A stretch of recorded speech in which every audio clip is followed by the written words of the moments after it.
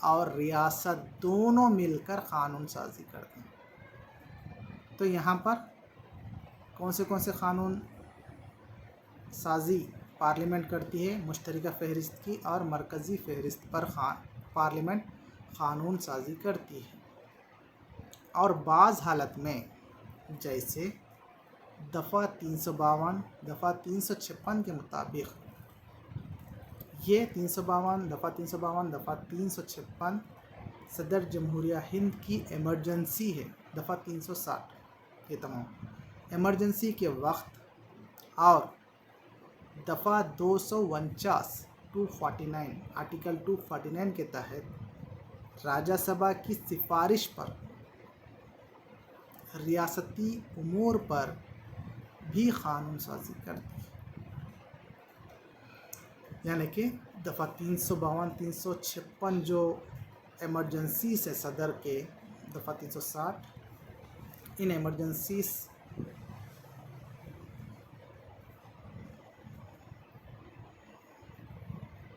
اس کے علاوہ دفعہ 249 کے تحت راجیہ سبھا سفارش کیا تو ویسی صورت میں ریاستی امور یا ریاستی معاملات میں پر بھی قانون سازی کرتی ہے۔ یہ تو ہو گیا قانون سازانہ اختیارات پارلیمنٹ کے۔ نیکسٹ ہے عاملہ پر کنٹرول۔ دیکھیے عاملہ ایگزیکیٹیوز، مقننہ، عاملہ، عدلیہ۔ تقسیم اختیارات کا نظریہ، مقننہ، عاملہ اور عدلیہ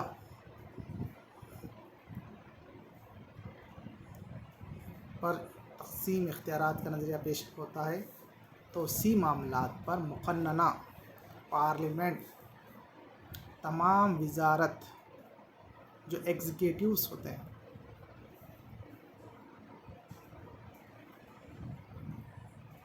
پارلیمنٹ تمام وزارت پر تحریک عدم اعتماد، تحریک کٹ موشن اور سوالات، ذیلی سوالات کے ذریعے وزراء کی کونسل اور عاملہ پر کنٹرول کرتی ہے۔ جتنے بھی ایگزیکیٹیوز ہوتے ہیں وزراء، ان وزراء پر، عاملہ پر سوالات، ذیلی سوالات، کٹ موشن، عدم اعتماد، تحریک سوالات و ذیلی سوالات کے تحت کے ذریعے وزراء کی کونسل اور عاملہ پر کنٹرول کرتی ہے، تاکہ کیونکہ عاملہ کو اختیار ہوتا ہے خزانہ کو استعمال کرنے کا، اس مال کا صحیح استعمال کرنے کے لیے وزراء پارلیمنٹ مقننہ ان کو سوالات کے ذریعے ذیلی سوالات، عدم اعتماد، تحریک کٹ موشن کے ذریعے ان پر کنٹرول کرنے کا، تاکہ وہ لوگ جو وزراء ہیں، ایگزیکیٹیوز ہیں، مال کا، فائنانس کا صحیح استعمال کر سکیں، کسی قسم کا گھپلا یا پھر کسی قسم کا آمد جو مال ہے، جو خزانہ ہے، اس میں کسی قسم کے دھاندلیاں نہ ہو، اس لیے کئی سوالات کے ذریعے اور ذیلی سوالات کے ذریعے جو ہے نا وزراء پر کنٹرول کرنے کا اختیار پارلیمنٹ کو ہے۔ اور عاملاً یہ ہے کہ عاملہ پارلیمنٹ میں پیش کیے بغیر یا پھر عاملہ پارلیمنٹ میں تمام جو پارلیمنٹ میں جو بھی پرمیشن لینا پڑتا ہے، تاکہ وہ بغیر سوال و جواب، یعنی کہ وہ رسپانسبل ہوتے ہیں، عاملہ رسپانسبل ہوتی ہے کس کو؟ مقننہ کو، پارلیمنٹ کو۔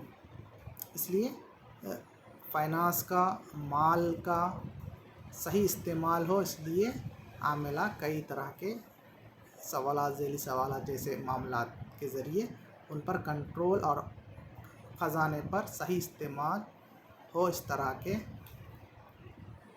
کام کرتی ہے۔ جو پارلیمنٹ قومی خزانے کی نگران کار ہے، اس لیے کوئی بھی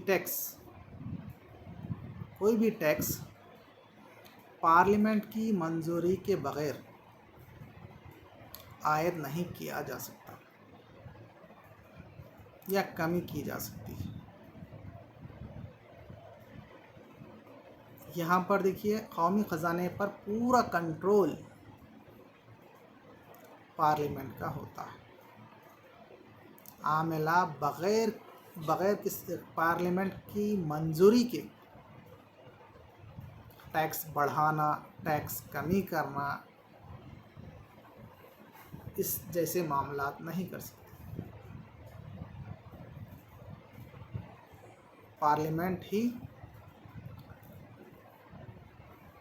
منظوری دینے پر ٹیکس میں اضافہ، ٹیکس میں کمی جیسے معاملات ہوتے ہیں۔ پارلیمنٹ حکومت کو فائنانس ایکٹ پاس کر کے ٹیکس جمع کرنے کی اجازت دیتی ہے۔ فائنانس ایکٹ پاس کر کے ٹیکس جمع کرنے کی قومی خزانے میں اجازت دیتی ہے اور مناسب قانون سازی کے ذریعے پیسے خرچ کرنے کی منظوری دیتی ہے۔ پیسے کا صحیح استعمال ہو، اس طرح کے ہدایت کے ساتھ عاملہ کو ہدایت دیتی ہے۔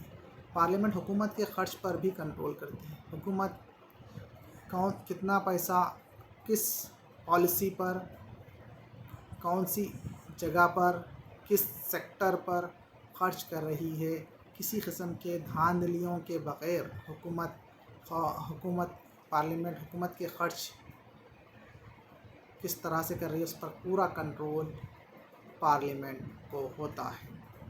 اسی طرح سے دستوری ترمیمی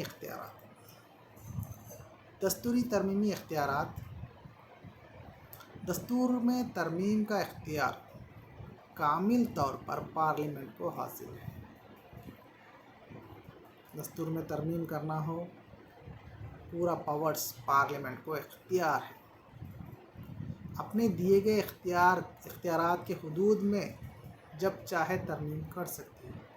پارلیمنٹ جو فرسودہ زمانے قدیم کے جو دستور میں ہیں، جو اب استعمال نہیں ہو رہے ہیں، ویسے دستور میں ترمیم کرنے کا اختیار بھی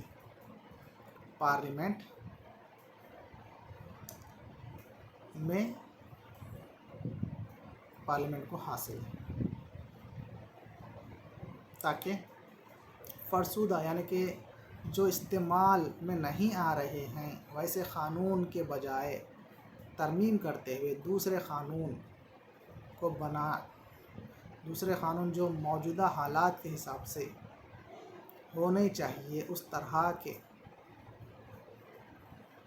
قانون دستور میں ترمیم کرتے ہوئے قانون میں ترمیم کرتے ہیں۔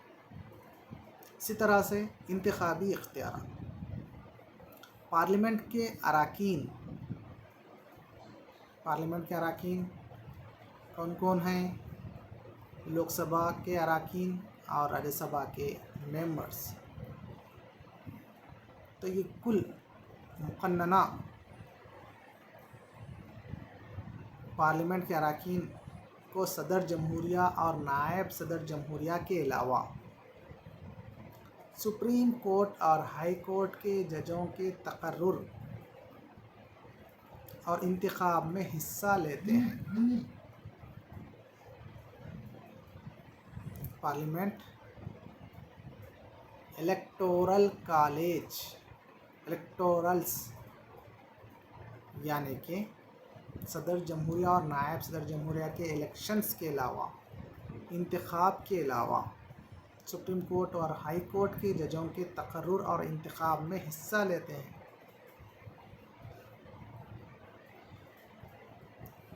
دیگر اختیارات، پارلیمنٹ کسی بھی ملک سے جنگ کا یا امن کا اعلان کرتی ہے۔ وارس، پارلیمنٹ کے ذریعے ہی ملک میں جنگ یا امن کے فیصلے لیے جاتے ہیں۔ نیکسٹ ہے پارلیمنٹ صدر جمہوریہ کے اعلان ایمرجنسی کو منظوری دیتی ہے، یعنی کہ صدر جمہوریہ کی جو ایمرجنسیز ہیں، کون سے ایمرجنسیز ہیں؟ دفعہ 352، دفعہ 356، دفعہ 360، یہ تینوں ایمرجنسیز پارلیمنٹ میں منظوری دیتی ہے تاکہ حالات، جو نازک حالات، ایمرجنسی کے حالات بنے ہوئے ہیں، پارلیمنٹ منظوری دینے پر ہی دفعہ 352، دفعہ 356، دفعہ 360 کی ایمرجنسی صدر کے اختیار حاصل ہوتا ہے۔ اس طرح سے آج ہم اس ویڈیو میں پارلیمنٹ کے اختیارات اور فرائض کا جائزہ لیے ہیں۔ آج یہیں تک کافی ہے۔